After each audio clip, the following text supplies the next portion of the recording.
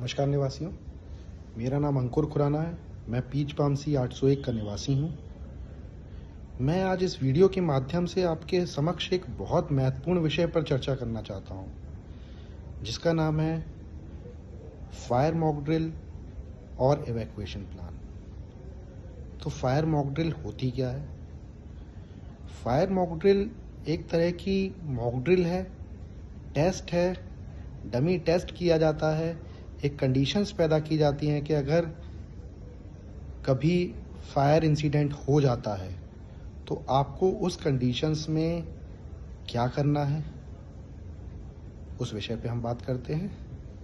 जैसा कि फायर है, फायर का स्पेलिंग होती है FIRE। तो F से होता है फाइंड, आपको सबसे पहले देखना है कि कहाँ आग लगी है। दूसरा है इन्फॉर्म, I से इन्फॉर्म, आपको तुरंत चिल्लाकर, या हर फ्लोर पे हमारे मैनुअल कॉल पॉइंट दिए हुए हैं फायर अलार्म के। तो उसमें क्या है कि एक आपने देखा होगा एक स्क्वायर सा फायर अलार्म है रेड कलर का, उसमें बीच में एक छोटा सा कांच लगा हुआ है। जैसे ही आप उस कांच को किसी चाबी के माध्यम से ब्रेक करते हैं तो वो अपने आप अलार्म बजने लगेगा। तो पूरी टावर को एटलीस्ट पता चल जाएगा कि फायर इंसिडेंट हुआ है। ठीक है, इसके बाद है R से होता है रेस्क्यू। आपको वहाँ से अपने आप को और दूसरों को रेस्क्यू कराना है। और चौथा E से होता है एक्सटिंग्विश। एक्सटिंग्विश का मतलब है कि अगर आग छोटी है और आप फायर अलार्म ऑपरेट करना जानते हैं, फायर एक्सटिंग्विशर ऑपरेट करना जानते हैं, तो आप उसे ऑपरेट करके उस आग पे काबू पा सकते हैं। नहीं तो सबसे पहले है रेस्क्यू करना। अब पॉइंट आता है कि रेस्क्यू करना कैसे है। तो सबसे पहले ध्यान रखिए, घबराना बिल्कुल नहीं है। दूसरा, लिफ्ट का प्रयोग बिल्कुल नहीं करना है आग की कंडीशंस में। तीसरा, रेस्क्यू के लिए एक एवैक्यूएशन प्लान होता है, जो कि हमारी सोसाइटी के सभी टावर से मिसिंग है, जो कि एक बहुत अहम पॉइंट है। एवैक्यूएशन प्लान में क्या होता है कि आपको कहाँ से एवैक्यूएट करना है और कहाँ पे असेंबल होना है। जहाँ पे असेंबल होना होता है उसे असेंबल पॉइंट बोलते हैं। आपने देखा होगा कि आपके टावर में 2 सीढ़ियाँ हैं। 2 सीढ़ियाँ क्यों बनाई जाती हैं? वो एक फायर नॉर्म है, उसके हिसाब से 2 सीढ़ियाँ बनाई जाती हैं कि अगर इन केस एक सीढ़ी पे ही आग लग जाती है तो आप रेस्क्यू नहीं कर पाएंगे अगर एक सीढ़ी होगी तो।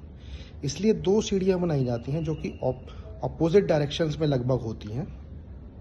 तो अगर एक सीढ़ी पे आग लग गई है तो आपको दूसरी सीढ़ी पे रेस्क्यू करना है।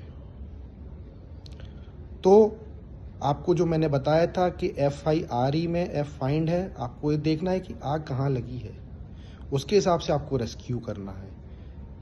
क्योंकि जिस स्टेयरकेस पे आग लगी है उससे आप रेस्क्यू नहीं कर पाएंगे। तो आपको देखना है, फाइंड करना है, इन्फॉर्म करना है, रेस्क्यू करना है। और एक्सटिंग्विशर चलाना आता है और आग बहुत छोटी सी है तो आपको एक्सटिंग्विशर यूज़ करना है। अदरवाइज़ आपको सबसे पहले आपको अपने आप को और अपने साथी रेसिडेंट्स को रेस्क्यू कराना है। रेस्क्यू करने के बाद सीढ़ियों से आएंगे नीचे टावर के पास हर टावर के पास एक टावर का असेंबली पॉइंट होना चाहिए, जो कि हमारे सोसाइटी में मिसिंग है।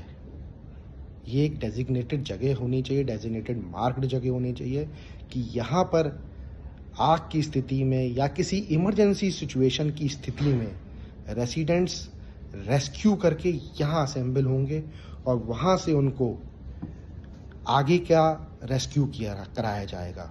अगर चीज़ बहुत बड़ी है तो असेंबल पॉइंट एक जगह होना चाहिए, ये मेरा मानना है और ये होना ही चाहिए। तो आज मैंने आपको इस वीडियो के माध्यम से 2 चीज़ों पर चर्चा करी। अगर आपके मन में इस पे किसी विषय में कोई डाउट है तो आप मुझसे ज़रूर पूछिएगा। और मैं आपको विश्वास दिलाता हूँ कि हमारी AOA में आने के बाद सबसे पहली प्रायोरिटी रेसिडेंट्स की सुरक्षा होगी। तो मैं जो बात कह रहा हूँ, ये मॉक ड्रिल्स समय समय पर होती रहनी चाहिए। रेसिडेंट्स इसमें अवेयर रहते हैं कि उनको किस कंडीशंस में क्या करना है, और दूसरा एवैक्यूएशन कैसे करना है और असेंबल कहाँ पर होना है।